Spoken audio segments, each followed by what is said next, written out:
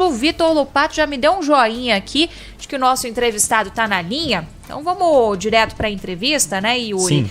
Novidades sobre uma proposta que já está tramitando lá na Câmara dos Deputados que pode trazer mudanças em relação à hora da gente ir lá e tirar a nossa carteira nacional de habilitação.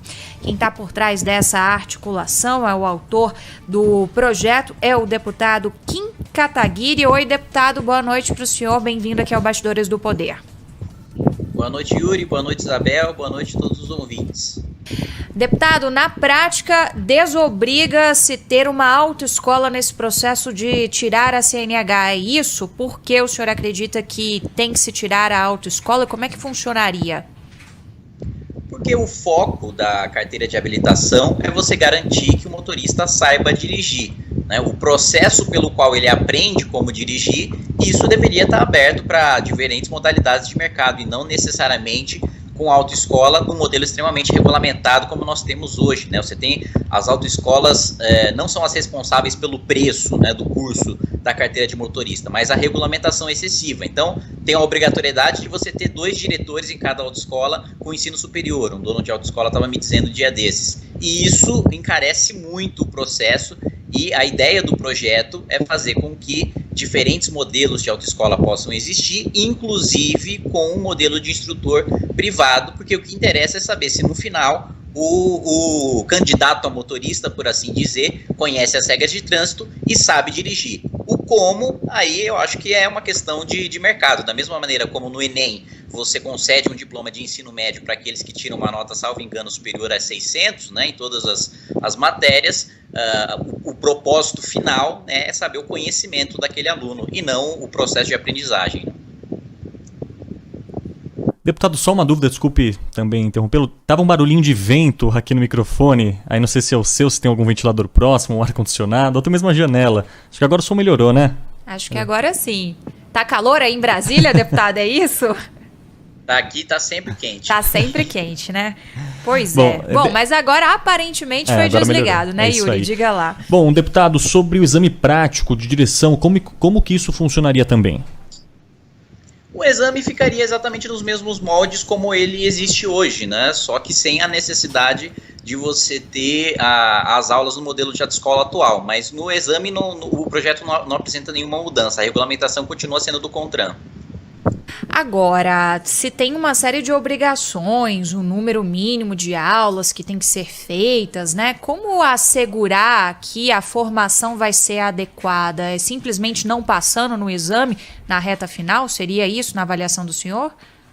Sim, porque se o exame hoje não garante a qualidade do motorista, significa que o problema está no exame, né? E eu vejo 2 casos diferentes. Gente muito preparada, que sabe dirigir, conhece as regras de trânsito e é obrigado a passar pelo processo inutilmente, né, paga e joga aquele dinheiro no lixo, e o oposto também é verdadeiro. Gente que não tem o preparo, não está preparada para dirigir, passa pelas aulas da autoescola, passa pelas aulas práticas e ainda assim é aprovado no exame e já está na rua com a carteira de motorista. Então, eu acho que se nós temos problemas no exame, é o exame que precisa ficar mais rigoroso. O processo de aprendizagem é, como eu disse, cada um abrir o mercado para qualquer modalidade, como aliás eu não estou inovando, né? Não estou querendo fazer com que o Brasil seja laboratório de nenhum experimento social. É exatamente o que já acontece nos Estados Unidos e na maior parte dos países membros da União Europeia. Deputado, então na prática quem aprende em casa, com a família, isso é muito comum, né? Sim. Não precisaria passar por essas aulas, faria direto o exame. E com isso, o senhor acredita que deve-se ter menos custos também? Afinal de contas, as autoescolas lucram bastante com esse processo. Muitas autoescolas fazem ali, inclusive, a orientação para que os alunos necessitem de mais aulas, né? Quem nunca ouviu esse alerta, né? Não, olha, acho que você está precisando de mais aulas para poder passar na prova, e aí tem que fazer o exame de novo. O objetivo também é esse, né? Diminuir um pouco dos custos. Exatamente, desburocratizar o processo, fazer com que ele esteja voltado para a aprendizagem do aluno e não como um instrumento meramente arrecadatório, seja do ponto de vista do Estado, com as regulamentações que ele exige da autoescola, seja da autoescola em si. Pois é, deputado, então o senhor não vê, na verdade, talvez que pudesse aumentar o caso, por exemplo, de acidentes de trânsito por causa de uma preparação, né, um pouco, não pior por não ter um profissional, 100% profissional, né, nessas aulas. Sim, quem sabe dirigir vai fazer a prova, vai passar, isso seria já o suficiente. Sim, eu não vejo aumento no número de acidentes, mesmo porque se houver, né, se isso acontecesse, isso teria sido observado pelos países que já liberaram, o que não foi o caso, né? Antes de apresentar a proposta, eu pedi um estudo para a consultoria legislativa da Câmara, que aliás é muito qualificada, e o estudo demonstrou que em nenhum país em que houve essa abertura de mercado para instrução, mantendo o rigor do exame, você teve um aumento no número de acidentes, né? Bom, quando a gente vai fazer a prova, para saber se a gente vai conseguir ou não a CNH, até onde eu sei, pelo menos quando eu fiz a prova, a gente fazia no próprio carro da autoescola. Como é que funcionaria, então?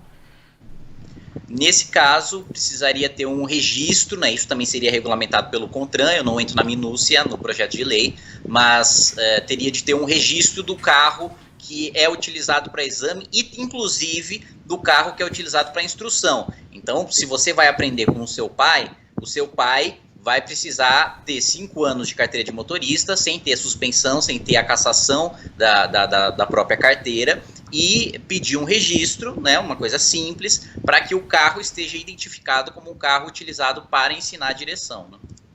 Bom, e a gente também, vale lembrar aqui, tem um projeto tramitando agora de volta à Câmara dos Deputados, né, deputado Kim Kataguiri, que sofreu modificações lá no Senado, por isso teve que voltar, que é aquele projeto de origem do próprio Executivo, que faz uma série de mudanças em relação a várias regras atuais do Código de Trânsito brasileiro.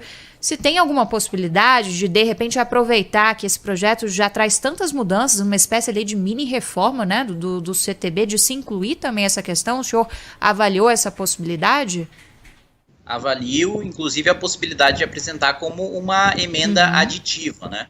E a gente poderia aprovar o texto que, só fazendo uma pequena explicação sobre o processo legislativo, quando a Câmara é a casa iniciadora, ou seja, a primeira a fazer a votação, ela também é a casa revisora. Quando existe alguma modificação no Senado, a Câmara que decide se aquela modificação permanece no texto ou se sai do texto. Se a gente retira as modificações que o Senado fez no texto, o texto não retorna para a Câmara Maior, né, para a Câmara Alta, para o Senado, vai direto para a sanção presidencial. Então, como a Câmara dos Deputados, nesse caso, foi a casa impulsionadora, ela será a casa revisora e, portanto, eu posso fazer essa modificação no projeto, e é uma possibilidade que eu trabalho com o relator, o deputado Juscelino, né? Estamos conversando com o deputado Kim Kataguiri, do DEM, aqui de São Paulo. Deputado, com relação às aulas teóricas, né, o famoso CFC, geralmente é uma semana aí que, né, eles ensinam a questão mecânica do carro, as leis de trânsito. Como que ficaria essa questão da teoria no trânsito? No texto eu estou criando a obrigatoriedade de que o CONTRAN disponibilize todas as regras de trânsito que devem ser aprendidas, né, pelo motorista gratuitamente, online, pela internet. Como eu disse, ainda existe a possibilidade da pessoa fazer as aulas presencialmente ou de ter um instrutor também particular que vai fazer essas aulas teóricas para ela. Nada impede, né, que ela faça esse curso como acontece hoje ou de alguma outra maneira que venha a ser ofertada no mercado, mas continua a obrigatoriedade do exame teórico. O senhor falou aí dessa possibilidade, inclusive, de inclusão ainda nessa proposta que está para ser votada pela segunda vez pela Câmara dos Deputados, né, que traz várias mudanças no Código de Trânsito brasileiro.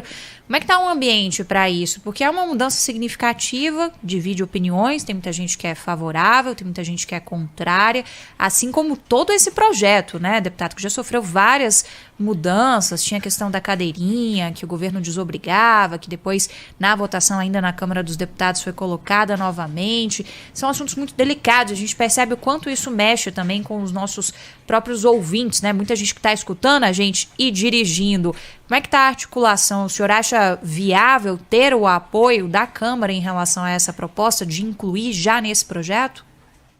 Eu acho viável mesmo porque como eu disse, é uma proposta tecnicamente bem fundamentada, né? Eu pedi o estudo da Câmara dos Deputados antes de apresentar com os dados dos outros países para servir como justificação do meu projeto de lei e que pode se tornar emenda do relatório do deputado Juscelino, ao mesmo tempo que tem uma grande aceitação na sociedade de você mudar o modelo das autoescolas. Assim, as poucas pessoas que eu vi sendo contrárias eram basicamente porque estavam preocupados com seus empregos nas autoescolas, mas a gente não pode prejudicar a maior parte da população com um rito mais caro, mais burocrático, sob a justificativa de preservar os empregos nas autoescolas, né? A mesma coisa que a gente defendesse um retrocesso na Revolução Industrial, por exemplo, que tinha um movimento ludista que destruía as máquinas sob a justificativa de que elas acabariam com os empregos do homem, né? A gente não pode fazer um manifesto, como aliás o Frederic Bastiat, né, que é um liberal expoente ali, né, para nós que somos adeptos dessa teoria,